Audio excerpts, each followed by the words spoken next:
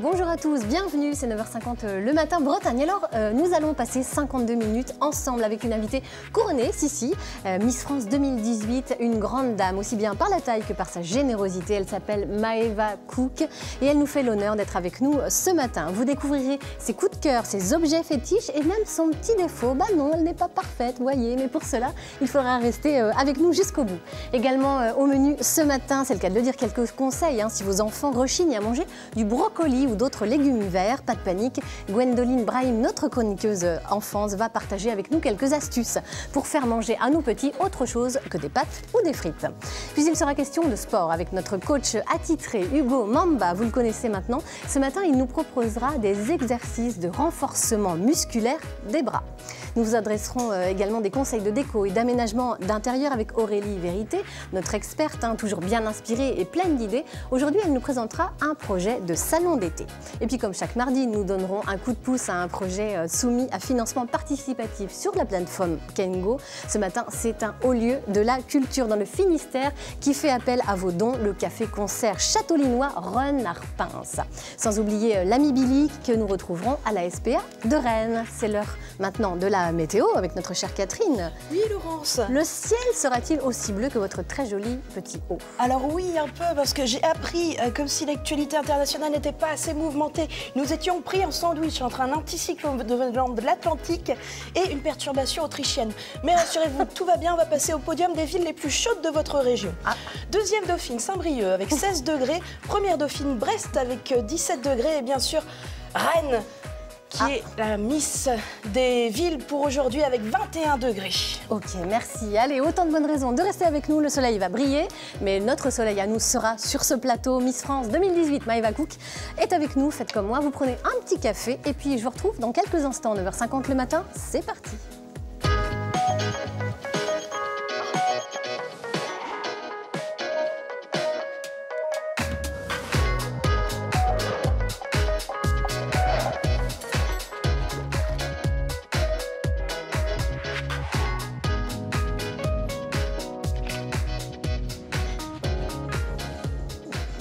Bonjour à tous, bienvenue à vous chers amis chroniqueurs et invités. Bonjour à vous chez vous, bonjour Gwendoline, la reine de la débrouille avec les enfants. Bonjour Hugo, on vous retrouvera tout à l'heure pour des conseils de coaching sportif bien entendu. Bonjour Aurélie, on attend avec impatience vos conseils d'aménagement d'intérieur. Bonjour Maeva Cook. Bonjour. Très heureux de vous accueillir. Miss France est avec nous. Vous avez été élue en décembre dernier sous la bannière du Nord-Pas-de-Calais. Mais vous êtes née en Bretagne, ça on le sait peut-être moins. Voilà, oui, on le sait quand même un peu. Les Bretons ont été très contents d'apprendre la nouvelle. Je suis née à Fougères et j'ai vécu en Bretagne jusqu'à mes 6 ans. Et puis après, j'ai quitté la région pour aller en Nord-Pas-de-Calais. Alors, il y a 5 mois, vous êtes donc devenue la Miss choisie par les Français. Un souvenir inoubliable, on imagine. Cette chance, vous la mesurez tous les jours ? Oui, effectivement, les gens me le rappellent aussi parce qu'ils me disent alors c'est une vie de rêve, comment ça se passe et ils ont envie de connaître mon quotidien et on se rend compte que tout ce que je peux faire c'est quand même une chance puisque d'autres filles n'ont pas cette chance ou même sans cette écharpe, sans être Miss France tout court, il y a des choses que j'aurais jamais pu faire. Donc j'essaye de me le rappeler tous les jours. Et en même temps, Miss France, c'est un vrai métier. Ah oui, avec un planning, avec des horaires, avec... Je confirme, il y a des horaires à respecter, on a un planning et c'est comme ça toute l'année. Alors, vous avez une sœur jumelle, c'est assez rigolo. Est-ce que quand vous êtes fatiguée, vous échangez l'écharpe? Alors non, c'est impossible puisque ma sœur jumelle est blonde. Moi, étant rousse, je pense que la différence serait trop flagrante. Mais on l'a déjà fait en cours. En classe, on a déjà essayé et ça a marché, personne n'a remarqué, même pas les profs. Vous êtes très forte. Vous savez qu'il y a un rassemblement annuel de jumeaux à Plouquedec dans le Morbihan chaque année. Le 15 août, vous y êtes déjà allée? C'est ça. Ah non, j'y suis jamais allée, mais il me semble même qu'il y a un rassemblement de roues en Bretagne. Très bientôt. Voilà. Et effectivement, oui, c'est à venir sur le sujet. À Château-Giron. Tout à fait. Allez, on avait envie d'un petit peu mieux vous connaître et je vous propose de tirer un premier petit papier. On va voir ce qui va sortir. C'est une expression que vous aimez bien, me semble. Que j'aime bien. Ouais. Jamais 2 sans 3. Alors effectivement, c'est une expression que j'aime bien et que j'ai énormément pu dire avant Miss France, puisque je me disais, voilà, il y a eu Camille, il y a eu Iris, on dit jamais 203. Donc j'étais persuadée qu'un jour, il y aurait une 3e Miss Nord-Pas-de-Calais qui deviendrait Miss France sans forcément que ce soit moi. Mais c'est vrai que je suis assez superstitieuse et en général, quand il se passe 2 fois quelque chose, je me dis que ça se passerait une 3e fois. Et ça s'avère vrai à chaque fois. Bah, comme quoi, voilà. Allez, un deuxième petit papier si vous voulez bien. Vous allez nous trouver taquin, hein, mais... Votre défaut. Est-ce que vous en avez un? Et oui, bien sûr, parce que même si on est Miss France, on est comme toutes les jeunes filles, on a des défauts. Et moi, c'est la rancune. Oh, alors attention la à nous. Hein. Attention, on a intérêt à se tenir à carreau. Bon, on va se tenir à carreau, pas de problème. Vous ça a toujours été, mais bon, voilà. Bon, avec le temps, ça ira mieux. Allez, vous restez avec nous, Maëva. On est ravis de vous avoir à nos côtés. Puisque vous avez un petit défaut, ça nous rassure. Je sais que vous avez par contre perdu début mars votre chien fidèle que vous adoriez. Oui. Alors la séquence suivante va sûrement vous toucher. On va retrouver notre ami Billy à la SPA de Rennes pour nous présenter un animal à adopter. Bonjour Billy. Bonjour Laurence, eh bien, nous sommes de retour aujourd'hui avec Jennifer, comment ça va? Ça va, merci. Le petit soleil est arrivé? Le soleil est là, oui. Donc c'est cool pour nos petits pensionnaires qui cool passent pour eux, oui. L'après-midi au soleil à faire des petits câlins. Il serait bien mieux quand même en famille. C'est pour ça que nous sommes là, en famille, tout à fait. Alors ce petit jeune homme qu'on vous présente aujourd'hui à l'adoption, alors mon petit chouchou, il s'appelle? Il s'appelle Viborg. Viborg. Alors jeune homme, Viborg, qu'est-ce qu'il aime Viborg? Il aime les grands jardins, les maisons? Alors plutôt une petite vie en maison, oui, pour lui. C'est quand même un chien assez dynamique. D'accord. Et puis après, par contre, il peut y avoir des enfants, ça sans aucun souci. C'est vraiment un chien adorable qui ne ferait pas de mal à une mouche. Okay. Il adore aussi ses congénères. Voilà, il est beaucoup plus à l'aise même en compagnie de ses congénères. Et il pourrait même vivre avec des chats. C'est vraiment un chien adorable. Donc, chien ok, chat ok, enfant ok, tout le monde. C'est le chien parfait pour vivre en famille, tout à fait. Ok, ça marche. Eh bien, écoutez Laurence, ce petit jeune homme qui là est un petit peu... Tu m'as dit que normalement il n'était pas trop timide, mais là il est timide là. Là il fait un petit peu son timide, oui, ça, effectivement. C'est la star, la caméra, tout ça. Pourtant c'est un chien peur. très pot de colle normalement. Ok. Donc si on veut ce petit chien pot de colle, c'est vrai qu'il ne nous lâche pas hein, depuis tout à l'heure. Hein. Un peu actif, donc une maison, eh ben, on vient ici. Bah oui mon petit chéri. Plein d'amour. Voilà, on vient ici cet après-midi à la SPA venir récupérer ce petit loulou. Allez, à tout à l'heure Laurence. Je crois que c'est Billy qui va l'adopter. Hein. Eva est d'accord avec moi, j'ai l'impression. Moi je viens l'adopter aussi. Hein. Pas cette année, mais oui, j'ai pas le temps cette année. Oui, parce que vous bougez en plus beaucoup. Et oui, tous les jours je suis dans une région différente, donc malheureusement j'ai pas le temps pour m'occuper d'un animal. On imagine bien. Ou alors il bougerait pas mal quand même. Voilà, bon. Est-ce que vous aimez la décoration? Oui, j'aime beaucoup la décoration. Bon, alors ça tombe bien parce que nous avons une experte en la matière qui est à nos côtés, Aurélie Vérité. Elle est toujours de très bons conseils sur les aménagements d'intérieur. Aujourd'hui, Aurélie, vous nous présentez un très joli projet de saison. Bah, tout à fait, merci de m'accueillir. Aujourd'hui, on va parler d'un salon d'été. Cette saison, il commence à faire beau et en fait, on est dans une maison en Bretagne, une très belle maison avec une piscine et des pièces qui donnent un accès vers le jardin où il y a la piscine. Et vous voyez un petit peu le contexte, il y a besoin de réaménager parce que là, on a ce vieux compteur électrique qui est très visible. Aujourd'hui, c'est plus pièce de débarras. On va peut-être voir d'autres photos pour voir un petit peu comment ça donne l'ouverture un style un peu véranda sur cette piscine. Et donc là, la cliente, elle avait besoin d'idées et puis d'être guidée pour imaginer ce beau salon d'été. Alors, la première étape que vous avez imaginée, vous, c'est de réorganiser les volumes. Tout à fait. C'est toujours la première étape par laquelle on passe. En fait, on voit un petit peu la proportion des pièces. On va voir avec le plan qui va être présenté. Il fallait ici prévoir un côté séjour pour pouvoir recevoir des amis et puis un côté un peu plus salon. Donc, il faut toujours prévoir un bon espace autour de la table pour pouvoir circuler. Et puis là, l'idée, ça va être au niveau du panneau électrique de pouvoir le ranger dans un coffre, un aménagement sur mesure pour ne plus le voir puisque c'est pas très joli. Alors, la seconde étape, pour vous, c'est toujours imaginer une planche tendance à partir des désirs de vos clients, bien entendu. Voilà, c'est ça. En fait, on leur montre pas mal de photos, des idées d'aménagement qu'on a piochées sur le web ou avec des partenaires avec qui on travaille. On leur demande de nous montrer ce qu'ils aiment parce qu'il n'y a rien de tel que des photos pour montrer ce qu'on aime. Et puis là, on est parti sur une planche tendance avec des couleurs qui donnent le ton sur l'été, des couleurs chaudes et puis des matières aussi. On retrouve l'osier, un peu le bois, le lin. des matières un peu cocooning pour venir se poser après un saut dans la piscine. Il y a du jaune, du bleu canard, c'est les couleurs vraiment tendance à l'heure actuelle. Oui, ouais, tout à fait. Alors qu'est-ce que ça donne en 3D? Montrez-nous, parce que là vous nous avez mis l'eau à la bouche. Alors on va voir quelques photos, des photos justement qu'on fait à partir de logiciels 3D, et l'idée c'est de vous montrer aussi sur tablette. Hop. Alors on va voir tout de suite ce que ça donne. Et donc voilà, donc on voit là sur les photos qu'il y a un aménagement qui a été fait. Alors, il va recharger. On voit sur les photos qu'il y a un aménagement sur mesure qui a été fait, et puis on voit avec la tablette en fait, je ne sais pas si vous voyez. Si, on voit très bien. Le projet qui a été modélisé en 3D pour permettre à la cliente de mieux se projeter dans son intérieur. C'est impressionnant, hein. Vous connaissiez cette technique? Non, je ne connaissais pas, mais c'est vraiment bien fait. On a l'impression d'être réellement dans la pièce. Oui, tout à fait. Ça donne la notion d'espace, en fait. C'est pas toujours évident quand on dit, bah voilà, comme là, on va aménager quelque chose autour du compteur électrique. On va venir positionner des meubles avec des chaises pour le côté salon, ou même là, on a fait un dégradé de peinture pour mieux identifier l'espace côté salon qui donne avec les grandes baies vitrées. La personne, ça lui permet aussi de mieux se projeter, de comprendre l'idée déco qui a été proposée par les créateurs d'intérieur. Alors, on va poser la question qui fâche, comme toujours, mais ça ne fâche pas forcément tant que ça. Côté budget, est-ce qu'on peut avoir une idée un petit peu? Oui, alors c'est pas une question qui fâche du tout, puisque c'est des projets qu'on a envie de faire. Et puis, vous savez, quand on travaille sur ces projets aussi d'aménagement d'intérieur, comme là, tout ce qui a été fait sur mesure avec des rangements et des étagères, des bibliothèques, c'est des choses qui donnent de la valeur aussi à votre maison, comme une cuisine, une salle de bain, un dressing. Donc, voilà, on est sur de l'investissement. Ce projet sur mesure, pour vous donner un ordre d'idée, il faut compter à peu près 3 000 € pour l'aménagement, la pose, le professionnel qui vient chez vous, qui fait les cloisons, qui va positionner sur mesure ses étagères, ses rangements.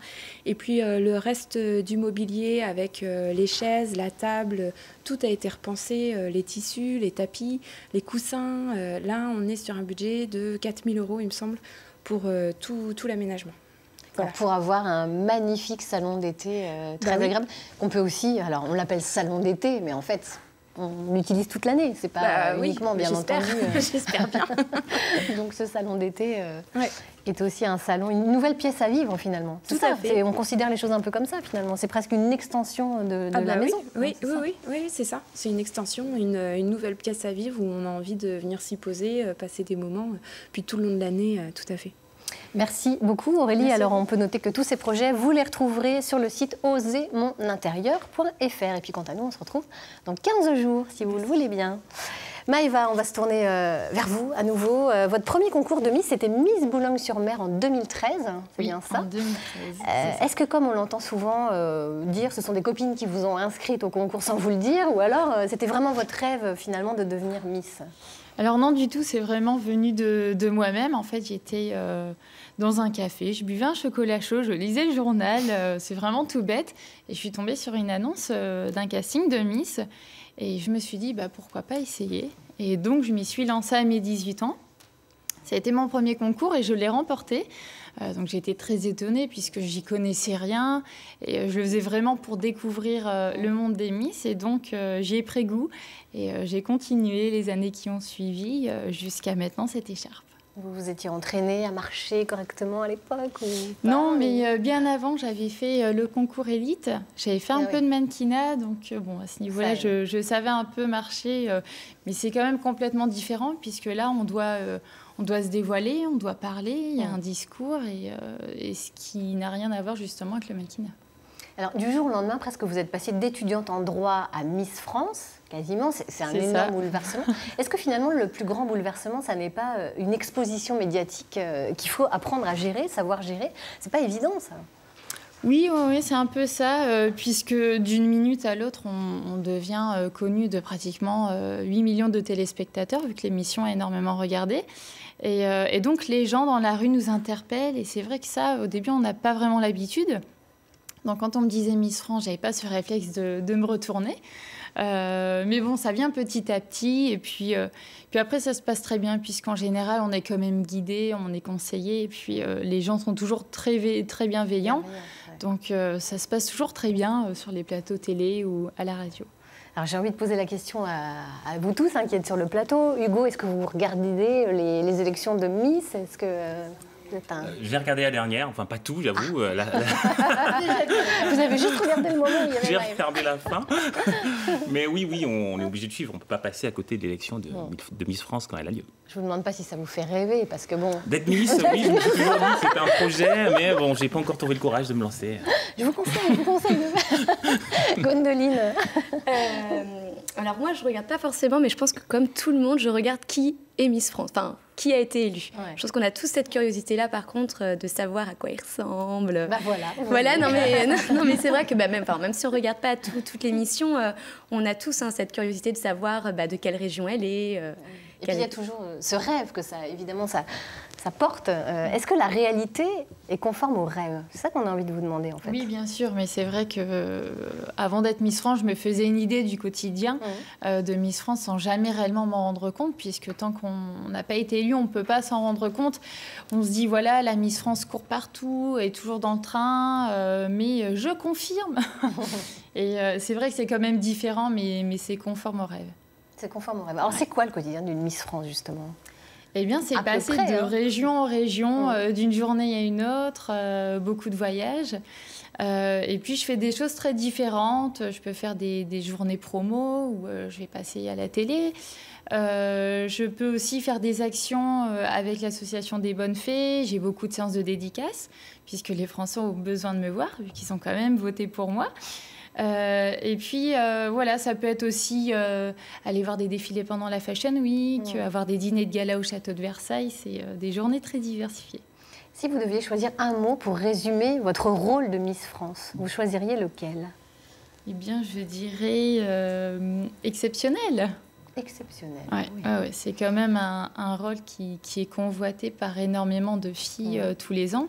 Et c'est vrai qu'on ne pense pas à devenir Miss France. En régional, on le pense un peu plus. On se dit, oui, j'ai peut-être des chances de devenir Miss régionale, mais une fois qu'on a Miss France, on est quand même en concurrence avec 29 autres filles, vu qu'au total, on est 30. Donc on y va en se disant, on va faire de notre mieux sans jamais se dire, un jour, ça sera moi. L'ambiance entre les filles, elle était comment lors du concours? Eh bien, ça s'est très bien passé. Du moins pour mon année, il n'y a pas eu de filles qui se tiraient entre les pattes. On était toutes bonnes copines. Et encore maintenant, d'ailleurs, quand je vais dans les régions, sur certains événements, je peux retrouver mes copines et ça me fait plaisir. Mais ça s'est vraiment bien passé. Alors vous mettez aussi en avant souvent un mot qu'on retrouve dans pas mal de vos interviews, la convivialité ou la joie. Ce sont deux mots qui reviennent très souvent. Ça, pour vous, vous devez être porteuse de joie aussi, enfin Oui, de convivialité, de chaleur. On est obligé de sourire en allant voir les gens, puisqu'on ne peut pas arriver devant eux sans sourire en étant triste. Et puis c'est une façon aussi de les remercier, puisque sans eux, je ne serais pas là aujourd'hui. Donc il faut être convivial, assez ouverte et parler avec eux, surtout, c'est très important. Quelle est la plus jolie phrase qu'on vous ait dite depuis le début de votre règne? Eh bien... on va dire la phrase de ma mère qui m'a marquée quand même après l'élection. Elle était en pleurs, forcément. Et elle m'a dit, tu m'as fait le plus beau cadeau de Noël de toute ma vie. Et encore maintenant, quand c'est son anniversaire ou autre, je vais lui dire, bon, qu'est-ce que je peux t'offrir? Elle me dit, non, c'est bon, j'ai besoin de rien. T'as été élue Miss France, j'ai eu le plus beau cadeau que je pouvais avoir. Et elle me le ressort à chaque événement, donc ça m'a marquée. C'est mignon en tout cas. Vous pensez déjà à la suite, l'après Miss France? Oui, je pense à l'après Miss France, puisque ça fera bientôt, dans 2 semaines, il me semble que je suis à la moitié de mon règne. Le temps passe vite, donc je pense à soit reprendre mes études ou bien peut-être me tourner vers autre chose si j'ai des propositions intéressantes. Mais pour l'instant, je suis en pleine réflexion. Bon, alors on vous laisse réfléchir tranquillement, mais en tout cas, Maëva, je sais qu'il y a un sujet qui vous tient particulièrement à cœur, c'est celui du cancer du sein. Je vous propose de découvrir une initiative rennaise destinée aux femmes opérées de cette maladie. C'est un reportage de Benoît Levaillant et Stéphanie Labrousse. Les premiers exercices d'échauffement avec le bras du côté où vous avez été opéré. Chaque mercredi, elles croisent le fer. Un geste plein de vie pour ces femmes opérées du cancer du sein. Elles ont trouvé dans l'escrime un moyen de se rééduquer en complément des séances de kiné, à leur grande surprise. Je suis allée voir le médecin du sport en lui demandant ce que je pouvais faire comme sport, parce que j'avais vraiment aucune idée. Et il m'a proposé l'escrime.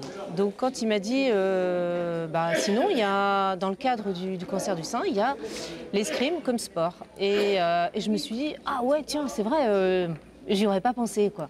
L'arme utilisée, le sabre. Une arme légère qui oblige à lever le bras, lutter contre la raideur de l'épaule et qui diminue la douleur sur la cicatrice. C'est des gestes qui sont faits consciemment lors des exercices de kinésithérapie, mais inconsciemment lors de la pratique du sport. Et donc les amplitudes sont encore plus importantes quand on est en train de jouer, quand on est en train de pratiquer l'escrime. C'est le corps tout entier qui travaille, et en particulier les bras et le haut du corps, pour rééduquer toute cette partie-là. Après, effectivement, c'est des cours qui durent quand même 2 heures, donc on a le temps de prendre le temps de faire un moment de convivialité. La convivialité, c'est le maître mot de la vingtaine de femmes qui adhèrent à Solutions Riposte sur Rennes. Elles qui ont vécu un traumatisme, elles qui vont subir des soins délicats pendant plus de 6 mois, trouvent un certain confort à se retrouver et partager leurs combats, leurs douleurs et leurs espoirs. Une très belle initiative bretonne.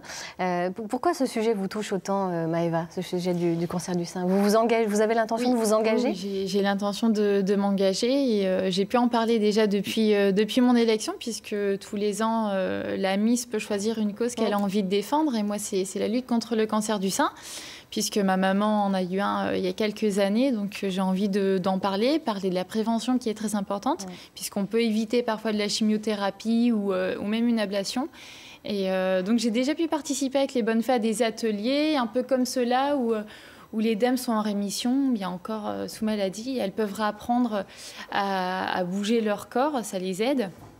Et donc, je vais pouvoir continuer avec les bonnes fées comme ça toute l'année, puis aussi pendant l'Octobre Rose, on pourra me retrouver sur divers événements. Alors le sport, on sait aussi bien sûr que c'est un des éléments pour rester en bonne santé. On va tout de suite en parler avec votre voisin, notre coach attitré, Hugo Mamba, directeur sportif du Stade Rennais Athlétisme. Hugo, ce matin, vous pensez à nos bras qui se découvrent à la faveur du beau temps. Et puis on va tenter avec vous de les renforcer. Alors vous allez nous donner des astuces. C'est parti. Ah, c'est parti, carrément. Alors il faut que je vous rejoigne, c'est ça. Alors c'est parti. Alors Laurent, je vais t'inviter à me suivre, qu'on le fasse ensemble, ça va être un peu plus sympa. Très très bien, donc, on va le faire. Ce sont des bouteilles d'eau qui pourraient être des haltères. Si on a des haltères chez soi, on va faire un peu d'imagination. On peut s'en servir, mais nous aujourd'hui on utilise des bouteilles. Okay. La petite pour toi, Laurence? Allez, la petite pour moi, c'est parti. Petite pour Laurence. Ouais. Donc premier exercice, travail des biceps. Ouais. C'est important. D'accord. Donc, coude collé au corps et simplement flexion. Okay. Alors, ça ne fait pas du tout le même effet sur moi, hein. C'est bizarre. Ça viendra. Dans quelques répétitions, ce sera pareil. Je suis pas Donc, on va partir sur une quinzaine de répétitions à faire 2 ou 3 fois. Seule consigne, ventre rentré. Ok. Là. Alors, est-ce on n'est pas ici affalé. Non, j'ai bien compris. Et là, est-ce qu'on peut le faire assis pour nos téléspectateurs et téléspectatrices? Bien sûr, je suis devant ma télé, alors, je regarde France 3 et je me dis, tiens, je vais joindre l'utile à l'agréable. Ah oui, c'est vrai. Coude collé au buste, hop, voilà. flexion. Parfait. Extension, et quand on progresse, et voilà, on change de bouteille. Ça, on passe de la petite à la moyenne à la grande. Hein. Voilà, parfait. Voilà. Parfaitement bien réalisé. Bon, super. Est-ce que je t'en propose un autre? Parce que je vois que tu as vraiment l'air très motivé oui, je suis super aujourd'hui. motivée, moi. Donc le deuxième, pour travailler les triceps, plus communément appelé aile de poulet. Ah, c'est romantique, c'est glamour. Si on fait du flamenco et c'est pas mal. Donc l'exercice va être le suivant. Je vais partir avec la bouteille derrière la tête. Donc pareil, le ventre bien rentré, et là, vers le haut. Flexion, derrière la tête, extension, flexion. Extension. Donc pareil, on va en faire une petite quinzaine, 2 à 3 fois. D'accord. Et également la version assise quand même pour ceux qui nous regardent et qui ne peuvent pas se lever. Je vais t'inviter à nous le faire, la petite démo. On s'assoit, on s'installe. Alors on s'assoit et hop, on peut le faire assis derrière, également. C'est formidable. En flexion et extension. Donc une fois encore, magnifique. Une petite bouteille d'eau, une moyenne, une grande. Et si on a des haltères plus lourdes chez soi, 4, 5, 10 kilos, et ben on y va tranquillement. D'accord. Maëva, elle n'en revient pas, elle se dit tiens, je vais peut-être utiliser les bouteilles. Je vais mettre. Sauf que Maëva, elle n'en a pas du tout besoin. Par contre, il faut les remplir les bouteilles. Vides, ça ne fonctionne pas très bien. Oui. Donc Laurence, un petit dernier. Allez. Okay. Voilà. Je reprends les bouteilles. Je vous les redonne. On va se faire des pompes. Par terre. Tout de suite, les pompes, ça fait peur en général. Quand on dit pompe, panique. Alors, donc, Laurence, je vais te rassurer, ce ne seront pas des pompes à faire à même le sol. Oui, parce ça, que là, j'avais un petit peu peur. Là. C'est c'est l'étape d'après. Okay. Étape d'après. Donc ça, c'est dans quelques mois. Ce seront les pompes classiques. Alors, nous, aujourd'hui, on va venir mettre les mains contre le rebord de la table. On va s'éloigner un petit peu pour être droite. Hein. Ça, c'est pas droit. Ça, c'est droit. Et pareil, avec les abdos en étirement, ventre rentré. Et on va venir fléchir et souffler pour monter. Allez, on s'en fait 10. Ok. Alors. Voilà, 2. On souffle pour remonter. On inspire pour descendre. Peut-être aller à 7 parce que je crois que Laurence ferait de la perdre. On va encore en faire 3. 1. 2. arriver. Et une petite dernière, super, donc ça permet de travailler les pectoraux, ouvrir la cage thoracique et être en pleine forme. Donc deuxième étape, un support un peu plus haut que notre table. D'accord. Pour terminer avec des pompes. Parfait, impeccable. À faire par terre. Ça, c'est pour dans 15 jours, c'est ça? Satisfaite? Ah, mais ravie. Est-ce que vous avez des exercices pour étirer les jambes? Juste pour pouvoir... pour avoir la taille de Maëva, ça va être compliqué. Mais bon, on peut y travailler. Ça peut se faire, ça peut se faire. Dans tous les cas, il y aura plus de souplesse. Au niveau de la taille, c'est pas sûr que ça fonctionne, mais ça se tente. Allez, on peut, tant qu'il y a de la vie, il y a de l'espoir. Merci beaucoup, Hugo. Merci à toi d'avoir à reprendre votre place. Essayé. Et puis, quant à moi, je vais rejoindre ma chère amie Catherine Bossard. Ma chère Catherine, qu'avez-vous retenu de cette première partie d'émission? Déjà, je m'étais planquée parce que quand je vois Hugo, maintenant, je me planque dans un coin du plateau. J'ai bien fait. Comme ça, j'étais à l'abri. Ça vous va très bien. Je pense que... Oh, je vois déjà les résultats. Je peux vous dire que là... Ouais, carrément. C'est dingue. J'ai vu... Alors, j'ai commencé... Je me permets, Camille, pardon, mais je crois qu'on a des parcours très parallèles et très, très croisés. Énormément de points en commun. Oui, oui. Et je pense qu'il va falloir en parler. Il va falloir en parler. Des parcours parallèles, c'est-à-dire... Oui. J'en parlerai plus tard. Je garde quand même des choses pour la fin de l'émission, mais ouais, beaucoup de points en commun. C'est Maëva. Oui. J'ai dit quoi? Camille, mais c'est pas grave. Pardon. Elle va bien aussi, c'est pas mal. Ça en fait un en moins déjà. Je ferai pas. Pardon Maëva. Pas de problème. Allez, nous retrouverons dans quelques instants notre Zoom hebdomadaire. Oui, il y a un petit souci là, il va falloir faire du renforcement. Nous retrouverons dans quelques instants notre Zoom hebdomadaire sur un projet soumis au financement participatif sur la plateforme Kengo. Et puis notre chroniqueuse enfance, que vous connaissez bien, Gwendoline Branim, nous dira comment faire aimer les légumes à nos enfants. Et là, il y a du boulot. Voilà, on va retrouver tout de suite. Je l'ai perdue là, elle n'est plus là. On va retrouver tout de suite Billy à la SPA de Rennes avec un nouveau compagnon à adopter. Alors Laurence, nous sommes ce matin de retour ici à la SPA avec notre amie Jennifer toujours et nous avons un petit cognac, c'est ça? Oui, cognac, oui. Alors ce cognac, ce petit jeune homme, bonjour jeune homme, qu'est-ce qu'il a envie d'avoir Cognac? Alors Cognac, il est jeune, il a 1 an et demi, 2 ans, donc c'est un chien quand même relativement dynamique. D'accord. Qui aurait besoin d'une famille sportive, qui serait prête à partager pas mal d'activités avec lui. D'accord, alors famille sportive, ça veut dire quoi? Ça veut dire qu'il faut avoir une grande maison pour qu'il puisse courir? L'idéal, c'est quand même une maison. Après, bon, tout dépend après de l'investissement. C'est vrai qu'il pourrait vivre en appartement si les gens s'investissent suffisamment. Ouais. Mais ça reste un chien sportif qui a besoin de se dégourdir les patounes régulièrement. Donc quand tu dis ça, ça veut dire qu'on peut aller faire du sport avec son chien? Bien sûr. Il n'y a rien de mieux que de partager des loisirs avec son chien. Du vélo ou courir? Du vélo, courir. Il y a plein de choses à faire avec son chien. Et alors comment on fait le vélo? On l'attache au vélo ou on le garde en laisse? Après ça, il y a ce qu'il faut pour... il y a du matériel à acheter pour bien sûr mettre en sécurité aussi l'animal. Ouais. Mais même pour la course, vous avez le canicross par exemple, qui est vraiment une super discipline, qui permet vraiment de courir avec son chien, que le chien soit en traction et que justement il nous emmène à courir un peu plus vite. Ah oui, d'accord, donc ça, voilà, on perd les calories avec lui. C'est des moments où le chien donne tout pour son maître et le maître donne tout pour son chien. Ça marche. Alors, je ne sais plus si on a dit, mais pour les congénères, est-ce qu'il aime les copains ou pas? Alors, il aime les copains, plutôt les copines, on va dire. Voilà, plutôt les copines, oui, il peut tolérer certains mâles, on va dire en extérieur, mais au sein du foyer, on va préférer des copines. Ok, ça marche. Alors là, j'ai un petit truc, regardez. Et on va faire avec Cognac ce qu'on appelle l'éducation positive. Donc, il va y obéir et puis on va lui donner une petite récompense. Cognac, assis. Alors là, il était couché. On avait dit assis. Bon, il va quand même pas mal écouter. Hein. Voilà, c'est bien, mon jeune homme. Bravo. Donc écoutez, Laurence, on se retrouve tout à l'heure avec un chat. Et puis, le petit Cognac, il est là. Un petit brin d'amour, celui-ci. À tout à l'heure. Merci beaucoup, Billy. Un petit brin d'amour, effectivement. Vous êtes un poète, il n'y a pas à dire.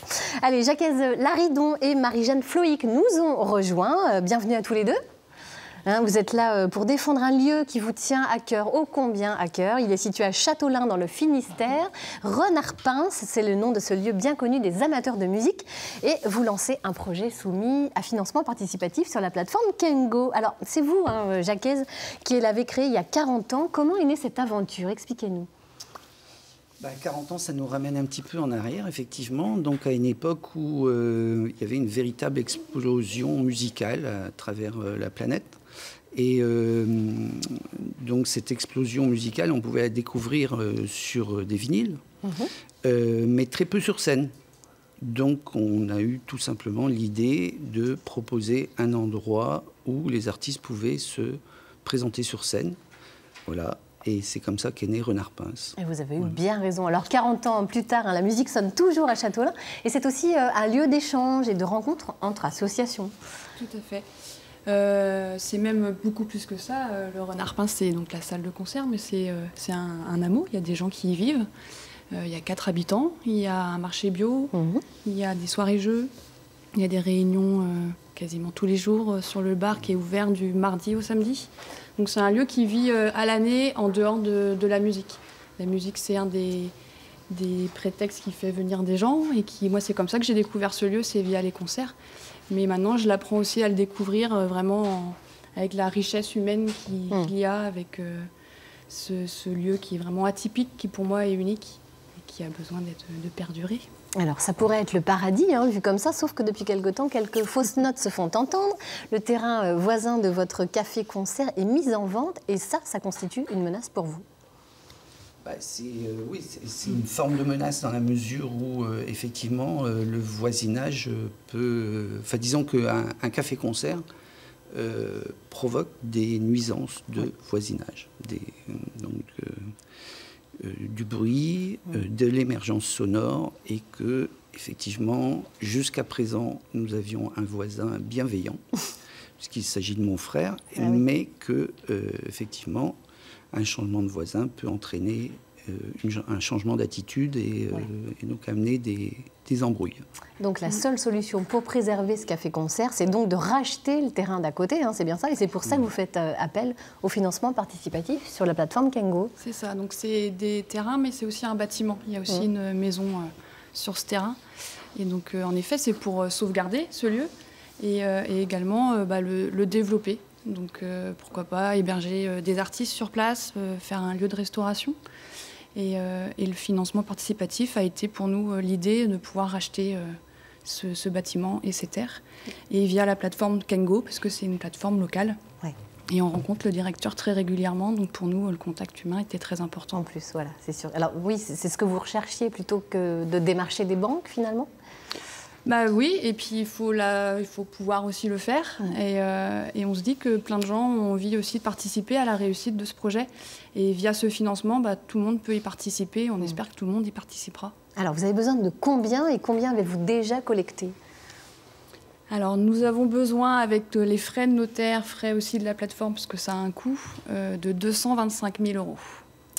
Oui. À l'heure d'aujourd'hui, on a à peu près un tiers du budget. C'est ce qui est déjà pas mal. Ce qui est déjà énorme, en sachant qu'on a à peu près 400 donateurs, qui, pour nous, c'est pas grand-chose, c'est même rien par rapport au... Si on prend les 40 ans d'histoire, je pense qu'il y a plus que 400 personnes qui sont passées dans ce lieu. Certainement. D'ailleurs, vous avez le soutien de nombreux artistes qui sont passés entre ces murs. Ça, c'était important aussi pour vous, de sentir que le projet était porté aussi par des artistes. Oui. C'était essentiel. Alors, le week-end prochain sera festif, puisque vous organisez pour les 40 ans du lieu une fête. Quelque chose dont... Oui, une fête sur 4 jours.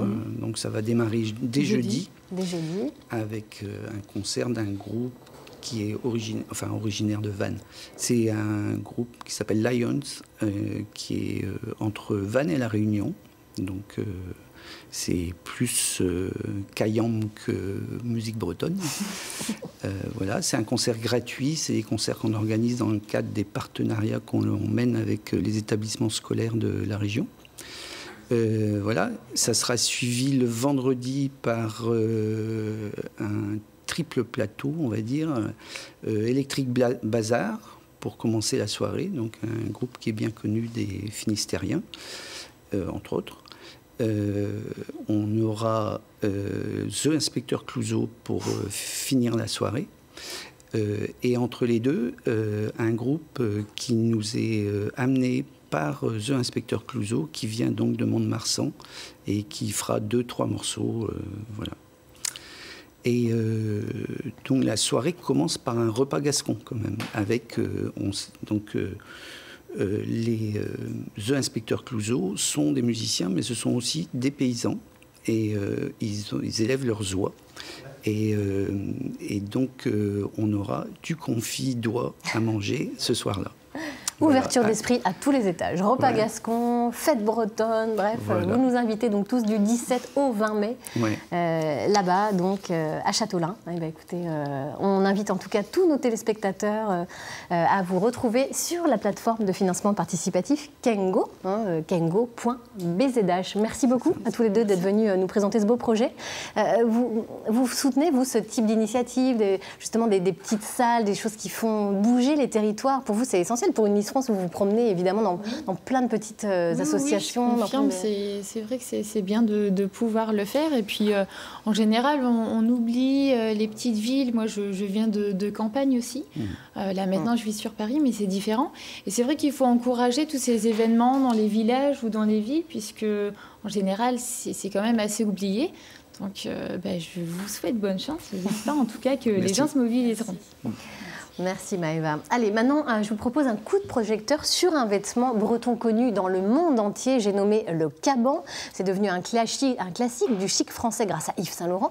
Mais c'est à Paimpol, en 1922, qu'un certain Armand Le Guen a eu l'idée de fabriquer des vareuses pour protéger les marins qui partent pêcher la morue en Islande. Un savoir-faire que perpétuent aujourd'hui encore ses descendants. Isabelle Rettig et Sandrine Ruot nous font découvrir ce lieu. Sur les quais de Paimpol, une institution aux couleurs très scandinaves, l'ancienne glacière des pêcheurs d'Islande.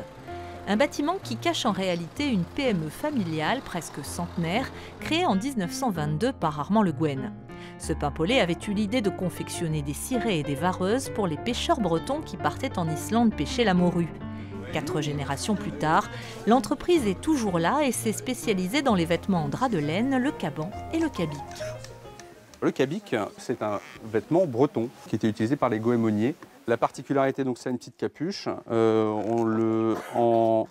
Avec donc l'aspect cranté ici. Ici, historiquement, c'était pour le ruissellement de l'eau. Le bouton en buis et puis les poches également. Le caban, donc c'est un article en 3/4 qui est à double boutonnage. Il a une particularité, c'est qu'il est croisé et il se ferme à une patte de colle. Un vêtement qu'utilisent tous les marins depuis 1850 et qui, comme le cabic, est confectionné en drap de laine, imperméable, résistant et infeutrable. Une belle matière, fabriquée depuis toujours dans le sud de la France, comme les boutons, dont la plupart proviennent d'une vieille maison lyonnaise. Si on fait des boutons plats, on les fait en corozo. Corozo, c'est une matière végétale. C'est l'intérieur du palmier. Ça nous permet de pouvoir le teindre du coloris qu'on veut. Mais si depuis 100 ans, les matières sont restées les mêmes, la fabrication, elle a beaucoup évolué. Du passé, Thierry Dalmar n'a d'ailleurs conservé que ses patrons en papier. Ce patron-là, ça correspond exactement à ce caban-là.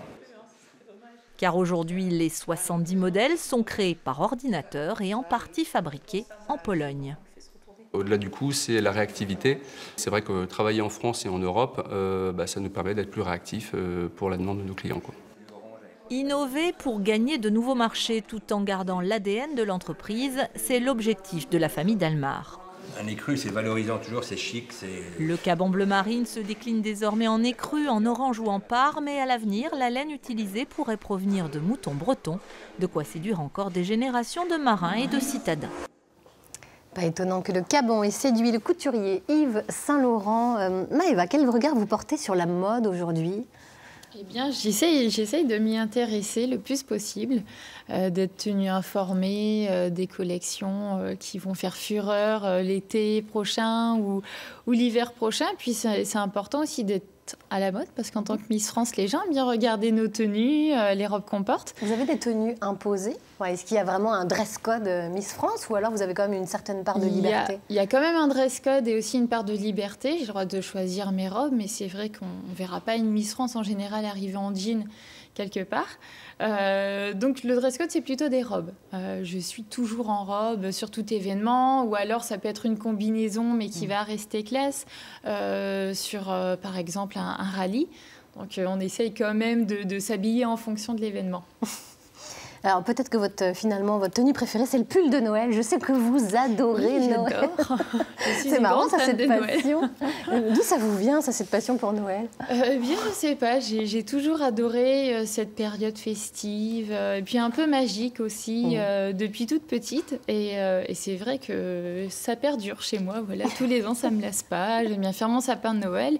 Et pour la petite histoire, l'année dernière, vu que je suis partie au mois de préparation pour Miss France mi-novembre, j'ai fait mon sapin de Noël la première semaine de novembre.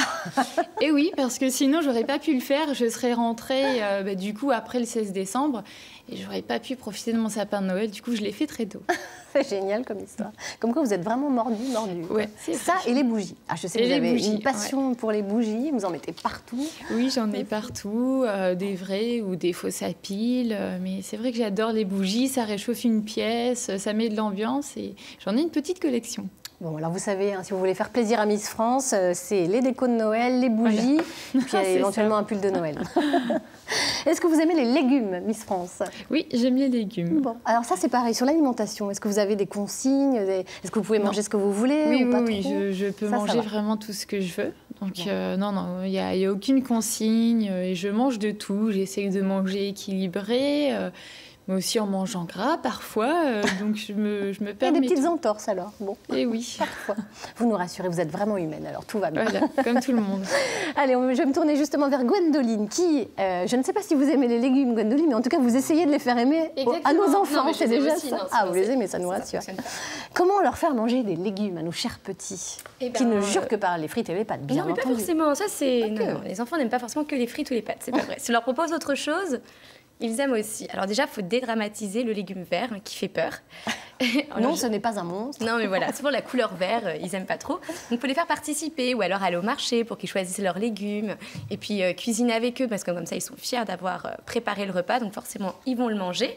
Et puis, ça les fait participer, ils gagnent en autonomie et puis ils découvrent les légumes plutôt rigolos, même les légumes oubliés, les rutabagas, tous les petits trucs comme ça. Il ne faut pas hésiter à leur faire goûter, même cru, même s'il y en a qui ne sont pas très bons, mais le chou-fleur cru, on peut essayer. Et les faire créer comme ça tout le repas, mais les faire éplucher, tout absolument, pour que le légume devienne finalement assez familier pour eux. Et puis presque un jeu. Alors du coup, c'est pas du tout une bonne idée de camoufler, d'essayer de cacher les légumes. On l'a tous fait. Hein. Non, alors, hop, une petite couche de légumes verts, on peut essayer de camoufler. Alors par exemple, je suis une adepte de la purée rose, donc c'est les pommes de terre. Ouais. Et des betteraves. Donc ça fait de la purée rose. Alors ça fait sensation. Sinon, il y a dans les gâteaux, par exemple, le carrot cake. Vous avez déjà mangé ça, le carrot cake? C'est très bon avec ce gros glaçage un peu crémeux. Maintenant, c'est de la carotte, comme son nom l'indique, et les enfants n'y voient que du feu. Bon, l'apport n'est pas très important en carottes, mais après, on peut leur dire... Il y a plus de sucre que de carottes, là, pour le coup, dans le carotte. Oui, mais le fait de leur dire que finalement, il y avait de la carotte dans le gâteau qui était très bon et qui se sont resservis, ils se disent que finalement, les légumes, c'est bon. Et donc, je vous ai fait de la pâtisserie. Pour vous montrer qu'on peut mettre des légumes un petit peu partout. J'ai pris ma boîte à goûter. Et donc, je vous ai fait un gâteau au chocolat pour commencer. Alors, attention. Alors, dans le gâteau au chocolat, il y a des légumes. Attention, on va tous goûter. Ah oui, on va deviner ce qu'il y a dans le gâteau au chocolat et autre chose. Alors, Laurence, de verre. Ouais, on va tester. Je vous laisse faire passer la petite boîte. On va le passer à tout le monde. Hop, allez. Maëva, vous allez nous dire... Merci. Alors, goûtons. Qu'est-ce que c'est? Il est bon. Déjà, il est bon. Il est très bon. Catherine, viens prendre un petit morceau de gâteau. Voilà, je la vois qui trépille. Hugo aussi, il faut venir goûter. Alors, moi je cherche pour l'instant. Oh, mais t'as fait du sport là, c'est bon. J'ai pas encore trouvé, mais c'est bien masqué quand même. Hein. Ouais, alors ça fonctionne vraiment très bien. Vous êtes pas trouvé. Je comprends bien qu'il faille se resservir. Par le goût du chocolat. Non, alors on sent vraiment rien. Mais alors dedans, il y a de la courgette. De la courgette. Il y a de la courgette dans le gâteau. Donc, vous vous rappelez la courgette? Non, on sent pas du tout du jambon. Après, l'apport en courgette n'est pas énorme, mais vous prenez une courgette, on la râpe, on la met dans le gâteau au chocolat. Alors ça, c'est plutôt rigolo, c'est pas vraiment pour leur faire manger les courgettes, mais finalement, après, on peut leur dire, il y avait de la courgette dans le gâteau. Donc bon, c'est assez rigolo. Et autre chose, alors là, on n'est pas vraiment dans le légume, mais alors la dernière fois, je parlais de tous les repas végans ou végétariens. Et donc là, je vous ai fait des meringues sans œufs. Les meringues sans œufs. Ouais, alors, les meringues sans œufs. Testons. On va nous donner la recette parce que là, c'est... Ouais, alors ça, c'est assez bluffant. Alors, du coup, les œufs sont remplacés par autre chose. quoi? Alors moi-même, au début, je n'y croyais pas trop. Je voyais ça, je me suis dit, bon, ça a l'air quand même particulier. Et en fait, mais alors, c'est absolument bluffant et ça fonctionne très très bien. Alors, c'est forcément blanc. Oui. Enfin, oui. Tout ce qu'on va chercher. Vous savez pas? Pas du tout? Non, non. Alors, c'est pas avec du jus de pois chiche. Quoi? Oui, non, mais véridique. Du jus de pois chiche? Alors, non, mais c'est très bluffant. Alors, vous savez, les pois chiches en conserve. Alors, vous prenez le jus. Alors, faut prendre en conserve. Parce que si vous laissez tremper les pois chiches, moi j'ai essayé, ça fonctionne pas du tout. D'accord. Mais c'est bon, mais on sent pas du tout. Non, voilà, on sent en plus, j'adore les pois chiches, donc voilà, c'est merveilleux. Alors en fait, il faut prendre le jus, le pois chiche, et alors le faire monter en fait comme des œufs en neige. Après, vous mettez le sucre glace et ça fait de la meringue. Et c'est incroyable. Alors, je savais qu'on pouvait remplacer les œufs par de la compote dans les gâteaux, par exemple, quand on n'en a plus. Mais alors, le coup des pois chiches pour faire de la meringue, j'y croyais pas. Et bah, si. Ah bah, ça marche. Et ça marche facilement. Ça monte plus vite, je trouve, que les bleus en neige. Ouais, c'est génial, ça. Bah, merci beaucoup, Gwendoline. Et puis aussi, il y a quand même les petites astuces où on peut faire des petites assiettes rigolotes avec les légumes. Oui. Bah, il y a les bento. Bah, en fait, c'est un peu comme ça. C'est comme la petite boîte, là. Donc ça, c'est les petits bento fabriqués en France. Mais alors, c'est très asiatique. Vous savez, là-bas, ils préparent au Japon ou en Chine leur petite boîte pour aller au travail ou pour les enfants à l'école. Et donc, du coup, on voit en photo, là, ils font des choses assez rigolotes pour les enfants. Donc, ça prend du temps. C'est joli. Voilà, mais avec l'habitude, voilà, ça prend. Et donc, il y a une blogueuse, Annabelle, qui fait ça pour sa fille. Et alors, ce que je trouve très sympa, c'est souvent quand on a des recettes de bento comme ça, c'est toujours des recettes très asiatiques avec des produits qu'on ne retrouve pas forcément, nous, dans nos magasins. Et donc là, c'est fait avec des produits occidentaux, en fait, que nous, on a tous les jours. Bon, le riz, ça reste la base pour mouler. Mais les tomates cerises, même les knackis, ça fonctionne, c'est merveilleux. Et donc, c'est rigolo, on peut faire ça avec les enfants. Et ouais, c'est vraiment chouette. Et puis en fait, c'est bourré de légumes. Parce que finalement, c'est vraiment avec les légumes qu'elle fait ça. Et moi, je trouve ça plutôt sympa. Ouais. Ah oui, franchement, c'est une très rigolo, bonne idée. Bah, écoutez, on va retenir toutes ces belles idées. Parce que franchement, vous connaissiez ces petites idées comme ça pour faire aimer les légumes? Alors non, du tout. Et puis bon, j'ai pas encore eu ces idées-là pour essayer de faire manger des légumes aux enfants. Dans 10 ans, j'y penserai. Et vous, Jacquez, vous mangez beaucoup de légumes et vous savez les rendre accessibles et attractifs? On essaye. Vous essayez? L'accueil à Renard-Pince, des artistes notamment, on y met un point d'honneur. Donc c'est un peu pour ça qu'on a parlé de gastronomie tout à l'heure avec le confidois. J'ai bien compris. Mais on aura aussi un cochon grillé le lendemain et des crêpes le dimanche. Donc voilà. Mais effectivement, on y met du cœur à accueillir les artistes autant que faire se peut, le mieux possible de préférence. Merci beaucoup. Du cœur, justement. On va retrouver encore notre ami Billy qui a énormément de cœur. Et cette fois-ci, il nous présente un chat à adopter. Alors, Billy.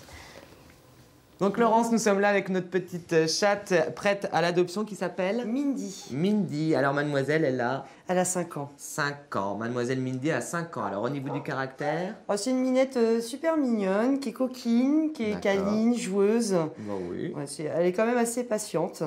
On voit que depuis tout à l'heure, elle a juste envie de partir, mais voilà. Bah oui, parce qu'elle était là. Pas de coup de patte. Pourtant, elle était en train de dormir. On est venu la réveiller. Bah ouais, c'est ce que j'allais dire. Elle dormait là tranquillou. On est venu la réveiller, puis elle reste là, bien sur les bras comme il faut. Donc cette petite Mindy. Alors on rappelle quand on prend un petit chat à la SPA, et il est pucé, vacciné? Oui, bien sûr. Ils sont donc pucés, identifiés donc par puce électronique. Ils sont vaccinés, également testés contre les FIV, FELV et stérilisés. Alors FIV, on a dit ce que c'était, mais FELV, c'est quoi? C'est la leucose. D'accord. Donc c'est une maladie que les chats peuvent avoir, ça? Oui, tout à fait. Donc nous, ils sont tous testés comme c'est contagieux pour être sûr qu'on puisse les mettre en collectivité. D'accord, ça marche. Donc quand on récupère un chat à la SPA, en tout cas, on sait ce qu'on a. Tout à fait. Eh bien écoutez Laurence, voilà, on vous fait à tous des gros bisous. J'espère que quelqu'un va venir voir pour récupérer ce petit chat cet après-midi, cette petite chatte, pardon, cette petite Mindy. À bientôt. Merci beaucoup Billy. On vous retrouve évidemment jeudi en direct. On va maintenant passer au débriefing de cette émission par la reine des jolis mots, c'est Catherine Bossard qui nous rejoint de ce pas. Ma chère Catherine. Bonjour, j'essaye d'éliminer la meringue. Attention. Mais c'est que du jus de pois chiche, tout va bien. Oui, non, mais oui. Bah si.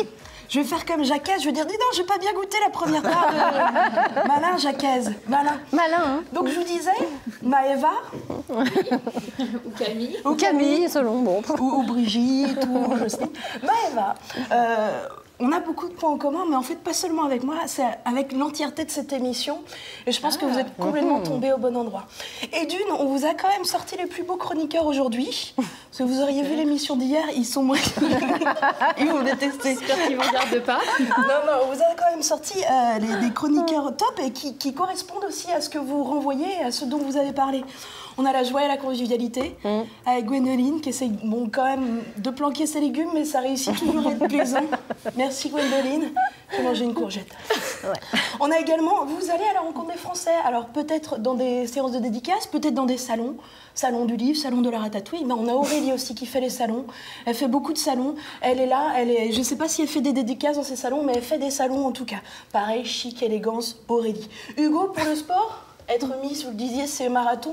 Vous allez de région en région, vous devez être tout le temps un peu sur le qui-vive. Ah ouais. Donc voilà, Hugo, le physique, le sport, et je crois qu'il est aussi grand que vous. C'est le plus grand chroniqueur qu'on ait trouvé. Un peu plus grand même. Un peu plus grand à mon avis. Donc voilà, et puis on a le sourire, la porteuse de joie, comme vous disiez.